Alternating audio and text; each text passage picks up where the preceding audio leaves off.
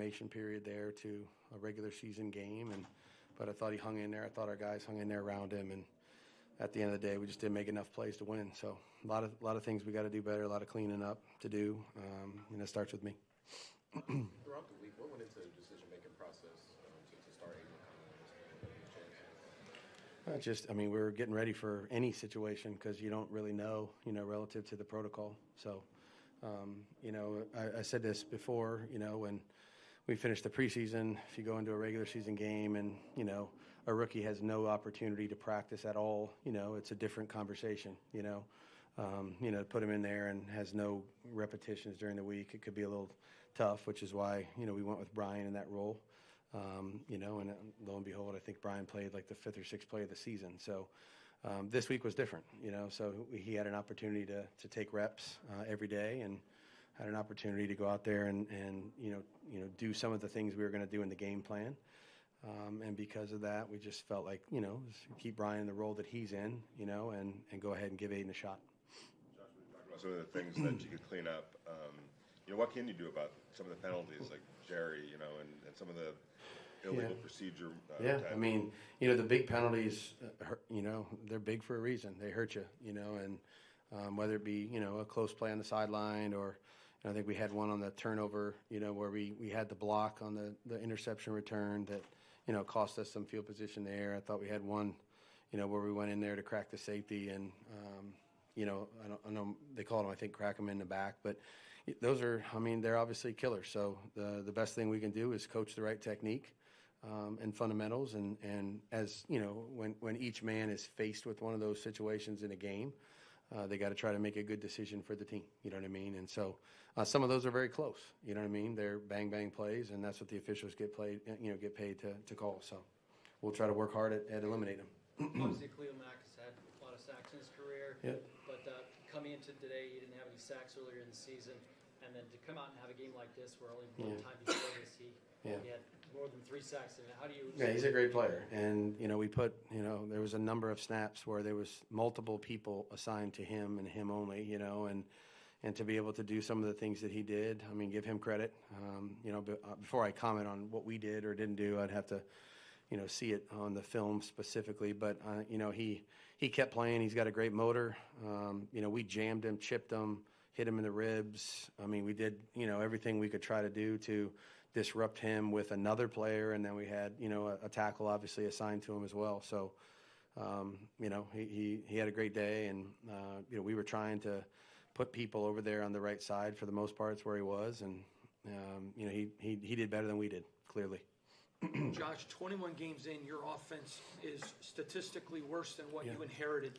When you look at lack of discipline, when you look at the offensive line being pushed around, I'm just curious, what are those things that you as a staff can do to get this team back on track and the lack of discipline? Yeah, our execution. It's fundamentals, it's details, it's execution.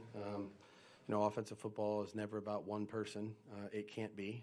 We can have a lot of, plays where 7 or 8 guys do the right thing and it doesn't matter. You need 11. So, those are hard lessons to learn because it doesn't feel good when you're going through it. But I think we have a group that understands when we do things well and we do them as a group and we do them the right way and we do them with physicality and toughness and detail. And, we have some success. We got to do it more and we got to do it more often and we got to do it earlier in the game so we can play from in front. And,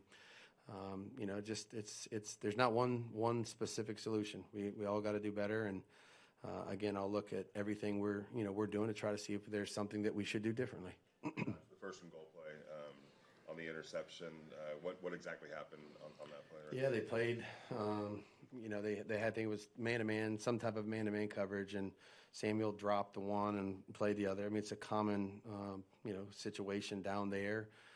Just trying to give ourselves an opportunity versus I think they played a pretty thick front up there, and we're trying to, make sure that we didn't go backwards. And it was kind of one of those ones where we either maybe we'll score, we throw it out of bounds, and then we go to the next play, and Samuel, they comboed the route, and, they executed it better than we did. Takeaway for Aiden, there were some bad, but obviously he fought back to put you guys in a position to tie it up. I think he'll be the first one to, understand the things that he could do better. Playing quarterback in our league starts with taking care of the football, and whether that be hanging on to it in the pocket, or making good decisions in the passing game, and also understanding the timing and that element of playing within the pocket in the NFL. It's not always the same week to week. It depends on the rush, depends on who you're dealing with and how they play. The coverage structures force us to do some other things, and then you got to speed up your read a little bit and get to the outlet. And I thought he did better as the game wore on. Dumped the ball down to JJ, I don't know how many times, but a number of times when they were trying to run out of there. So I thought he adapted to the game a little bit as it went on, and we'll take every opportunity to learn from the mistakes that we made as a team, and I'm sure he will also as a quarterback, and try to get better from it. You mentioned the pass to JJ. What kind of lift did he give you late in the game as you came back and kind of got the extra yards? Jacobs? Yeah, I thought he played really hard. I think you can see he's kind of, he's ready to contribute in every area that he can. I thought he did some decent things in the blitz pickup. I thought he ran the ball hard. I thought he found some lanes there. We didn't want to try to go away from that, with it being a 2-score game. We felt like we could still hand him the ball, which I think is the right thing to do when you got a player like him.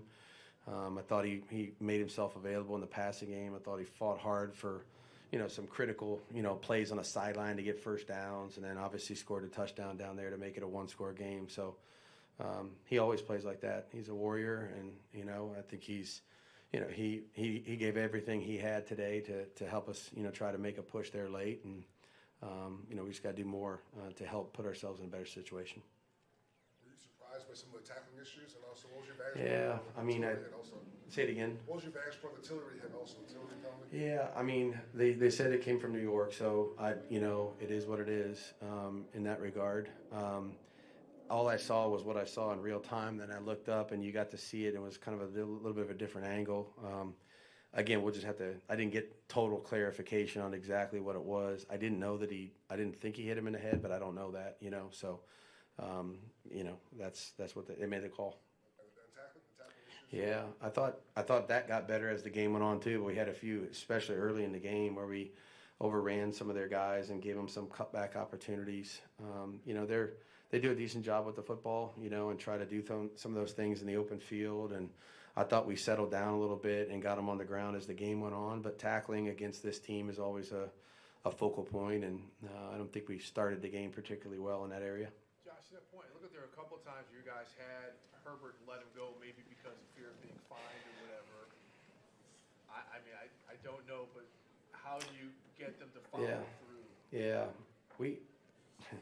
we had the conversation.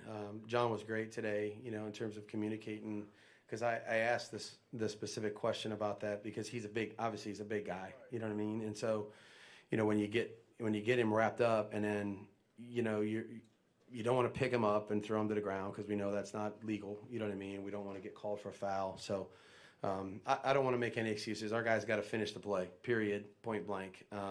I think that there is always some of that element with a bigger guy where you also are being told, and we have the videos and all the rest of it, about not taking him to the ground, falling with him on your weight and the shoulder and all the rest of that stuff. But we're gonna have to complete the sack, you know what I mean? So we're gonna have to keep him wrapped up. We're gonna have to take him to the ground until the whistle's blown. You guys all set? Thanks, Coach. Okay, thank you.